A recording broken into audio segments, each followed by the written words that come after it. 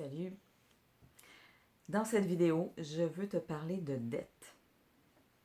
Comment tu vis ça, les dettes? Est-ce que tu te sens joyeux, joyeuse d'avoir des dettes? Ou est-ce que ça te stresse?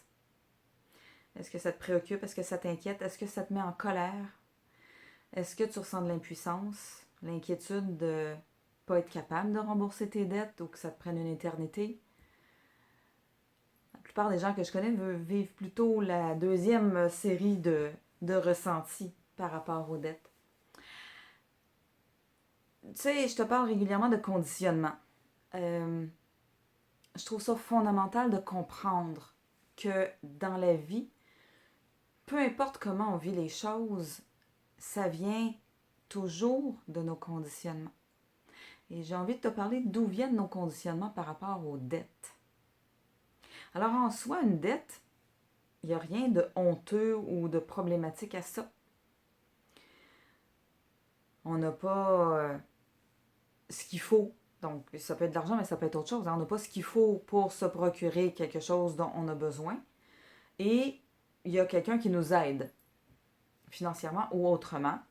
Donc, quelqu'un envers qui on s'endette pour réussir à obtenir ce dont on a envie ou besoin plus rapidement que ce qu'on serait capable de faire par soi-même. Bon, c'est le concept de la dette. Hein? Ce qui s'est passé dans l'histoire, je reviens à l'histoire, c'est que depuis la plus haute antiquité, il y a deux pratiques qui se sont installées parmi la plupart des populations et qui nous ont conditionnés de façon très négative par rapport aux dettes. Les deux pratiques en question sont l'esclavage pour dette et la prison pour dette. Oui. La plupart des gens ne savent pas que ça existait et pourtant ça a existé pendant presque toute l'histoire et jusqu'à tout récemment. Il y a même des endroits sur Terre où ça se pratique encore. Alors, je commence par l'esclavage pour dette. C'est vraiment la pratique la plus ancienne. Ça date de la plus haute antiquité. Et c'était extrêmement fréquent. Même que ça a été aboli seulement en 1930. Et même en 1930, l'esclavage en général a été aboli presque partout dans le monde. Ça avait commencé dans les années 1830, mais ça s'est complété au début des années 1900. Mais c'est seulement en 1956 que l'esclavage pour dette a été précisé dans les codes de loi internationale. Alors, c'est récent ça.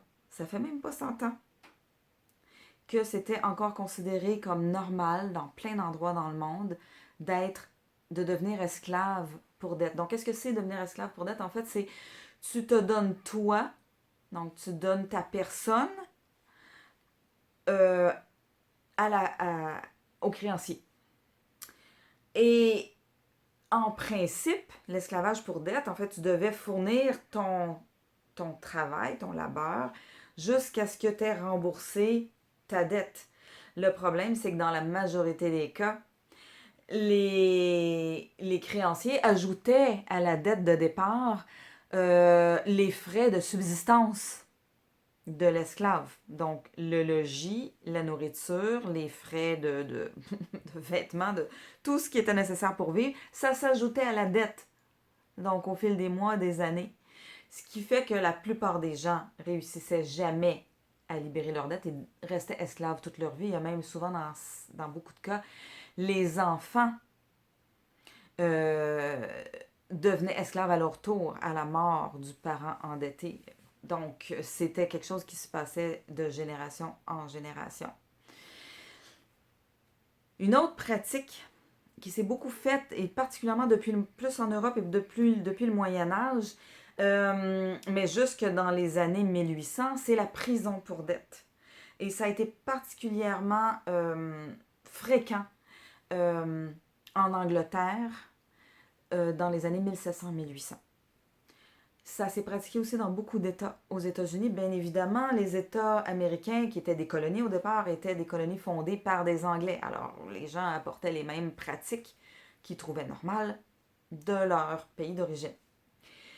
Il y a des exemples hein, que tu connais probablement. Alors, l'auteur Charles Dickens, qui est un auteur anglais des années 1800, a écrit beaucoup de romans et son père a été emprisonné pour dette. Et toute sa famille en a souffert. Parce que, surtout qu'à l'époque, les femmes ne pouvaient pas travailler ou les rares boulots que les femmes pouvaient faire, c'était des choses qui étaient très, très peu payées. C'était comme bonnes ou gouvernantes. Alors, les femmes dont le mari se retrouvait en prison pour dette et qui devaient travailler pour subvenir aux besoins de leur famille, souvent toute la famille crevait de faim. Et Charles Dickens a vécu ça, donc la pauvreté dans laquelle sa famille a été plongée à cause de l'emprisonnement de son père pour dette. Et ça se voit, ça se sent dans beaucoup de ses romans. Il y a même un de ses romans qui a été écrit spécifiquement là-dessus. Charles Dickens, hein, tu le connais probablement par ses deux ouvrages les plus connus, les plus célèbres sont Oliver Twist et Le Conte de Noël avec ce cher Scrooge. Et tu sais, les fantômes des Noëls passés, présents et futurs. Donc, c'est des histoires de Dickens. Et on sent bien hein, dans ces histoires toute la critique sociale sur la pauvreté, sur l'injustice, sur le plan économique. Alors, et il y a un autre personnage dont tu as certainement entendu parler et qui a été emprisonné pour dette, et c'est Molière. Et c'est drôle parce que je me préparais à faire cette vidéo. Et hier soir, j'ai revu un film que j'aime beaucoup avec Romain Duris et Fabrice Lucchini sur, c'est un peu romanesque, sur Molière, mais on le voit dans une prison pour dette. Et ce qu'il faut comprendre, c'est que, évidemment, les prisons de ces époques-là, ça n'avait rien à voir avec les prisons qu'on connaît en Occident aujourd'hui. C'était des prisons où les conditions d'insalubrité étaient extrêmes. Les gens tombaient souvent malades parce que c'était très sale. Il n'y avait pas de toilette, il n'y avait pas d'eau courante. Donc, il y avait bien évidemment des déjections partout dans la prison. Les gens vivaient là-dedans. Il y avait des rats. C'était assez atroce. Et en plus de ça, beaucoup de prisons obligeaient la famille à nourrir les prisonniers. Donc, les prisonniers qui n'avaient pas de famille crevaient de faim en plus. Tout ça pour te raconter que la... Tu sais, on est conditionné par notre histoire. Et puis pas seulement notre histoire personnelle, mais l'histoire de l'humanité. On porte dans nos cellules les mémoires de toutes les générations passées et de ce qu'elles ont vécu.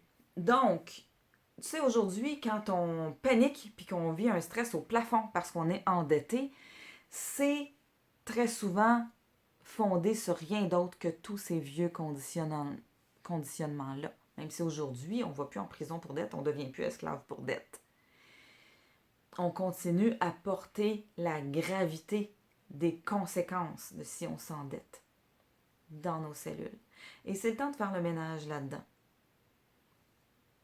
Parce que quand on s'endette, surtout aujourd'hui avec les contrats en béton, souvent avec les banques, donc c'est vraiment où on donne plein de choses en garantie, il n'y a rien de grave à s'endetter. Et quand on s'endette auprès d'amis, c'est une dette d'honneur ou de membres de la famille, par exemple, ça devient une dette d'honneur. Il n'y a rien de grave à être endetté. On a peur de quoi quand on vit du stress avec ça? On a peur de quoi? On a peur de ce que les gens vont penser de nous si on ne rembourse pas notre dette, si on la rembourse en retard. Tu sais, moi je connais des gens comme ça qui empruntent de l'argent à des amis ou à des connaissances ou des prêts, des emprunts privés en fait. Et puis, quand ils sont pas capables de rembourser, au lieu d'appeler puis de dire ah, je suis désolée, ce mois-ci, j'ai un pépin, je ne pourrais pas te rembourser comme je pensais. Est-ce que c'est OK si ça va au mois prochain ou c'est OK? Est-ce que si je te rembourse juste la moitié de. Peu importe, les gens ont honte. Et au lieu de donner des nouvelles et d'expliquer ce qui se passe sincèrement, de façon transparente, en toute simplicité, les gens gardent le secret. Et c'est dans ce temps-là que la personne qui est créancière s'inquiète. C'est pourquoi tu ne donnes pas de nouvelles? Alors, la personne elle s'inquiète et elle se demande si l'autre à l'autre bout n'a pas décidé de ne pas payer, alors que dans la très grande majorité des cas, c'est pas ce qui se passe. Moi, ça fait 30 ans que je suis à mon compte puis que je fais crédit régulièrement à des gens. Et je pense qu'en 30 ans, ça m'est arrivé une fois de me faire escroquer. Les gens honorent leurs dettes. La très grande majorité des gens honorent leurs dettes. Et toi, quand tu as une dette envers quelqu'un, pourquoi tu as honte? Si c'est ton cas. Pourquoi ça te stresse? Pourquoi ça t'inquiète? Pourquoi tu te mets de la pression jusqu'à ce que tu aies remboursé ta dette? Pourquoi tu dis pas ce qui est présent pour toi de façon transparente et authentique et sincère à la personne à qui tu dois de l'argent? C'est toutes des façons de déconditionner ce qu'on a appris, acquis dans nos cellules par rapport aux dettes.